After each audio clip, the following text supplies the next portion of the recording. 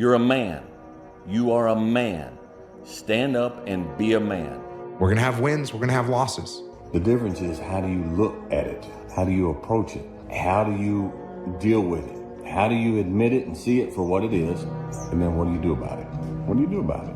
You cry about it, you mope about it, you drink about it, you sleep around about it, you get mad and get in fights about it, you just hang around, just turn the world out, just zombie about it, you fry yourself with marijuana about it, say, Dwayne, I'm sad.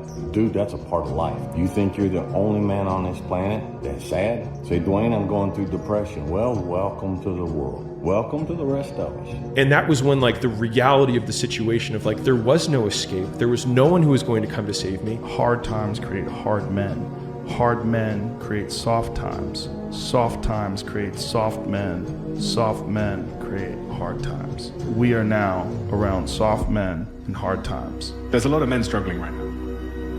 There's a lot of men, if you know, I talk about it a lot, that if you look at the stats around suicidality in the UK, the thing that's most likely to kill someone between the age of like 18 and 40 is themselves, for a man. Do we really not know what it is to be a good man? And I would go so far as to say to be a good human being, right? Because take responsibility for what you're doing, take ownership of your life. Go do something that's hard. Go try and accomplish something that's hard. You may win, you may lose, you may succeed, you may fail. I'll tell you what, you'll be better. If you avoid those things that are hard, if you don't accept that challenge, if you don't step up and step into that cold water, and you sit on your couch and eat Doritos, I can tell you this is not a good move. This is not a good move. Don't do that.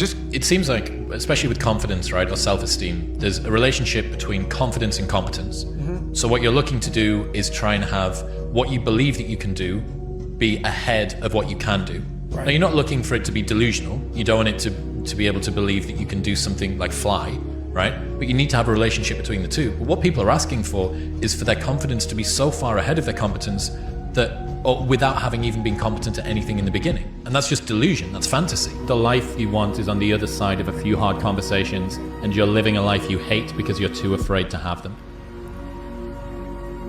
Add some things to that list of what it takes to be a, maybe not a good man, but at least a happy and fulfilled man. One of the words you used is brotherhood. And I was thinking about all the things you got from your time in the SEALs. And it's almost a bit of like a microcosm of what I think a lot of men are looking for. That sense of purpose, that brotherhood. And they find it these days in like video games and stuff, right? Video games, I've got I cast no judgment on people that play video games. I've played video games my whole life. But it seems like there's a reason we're getting like increasingly addicted to these video games, because they're giving us something that we're searching for in real life and not getting. You used the words brotherhood, purpose. These are things that the SEALs clearly have in huge amounts. Is there anything else that you'd add to that list of what it takes to feel fulfilled? Yeah, jiu-jitsu.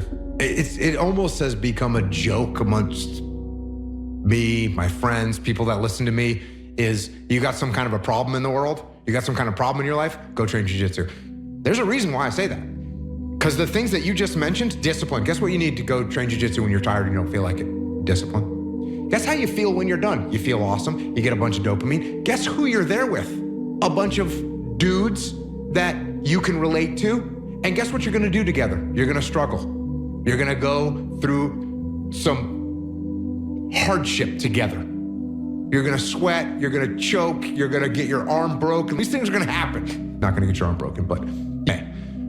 But you're gonna be with a little brotherhood. And by the way, women train jiu-jitsu too. My daughters all train jiu-jitsu. It's all good. So yeah, jiu-jitsu is one way. Now look, could you go to the rock climbing gym? Yes, you could. Could you go to the CrossFit gym? Yes, you could. Could you go to the soccer? Yeah, the soccer field, football field, whatever. Yeah, you can do that stuff. So yeah, go do that stuff.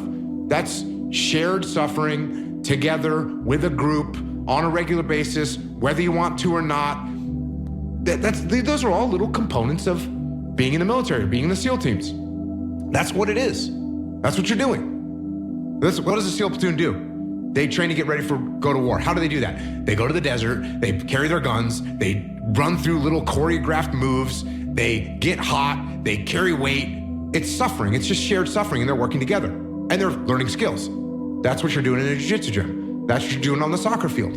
So go out and do those things with other human beings, and it's gonna make It's going to make things better for sure. You don't have to feel good about it. You just have to keep going. The feeling will pass, but you will remain. You are greater than your feelings. Going to bed late and waking up early to work for a few days won't kill you. You're not going to burn out. You're doing what it takes. If you're one of those people that push work-life balance, just remember, the people who like working a lot don't care. I've never regretted trying harder at anything ever. Hard times last long, but an epic story feels like a lifetime. You have to build a person that can withstand the pressures of whatever they're going to be dealing with in life. And we don't do that.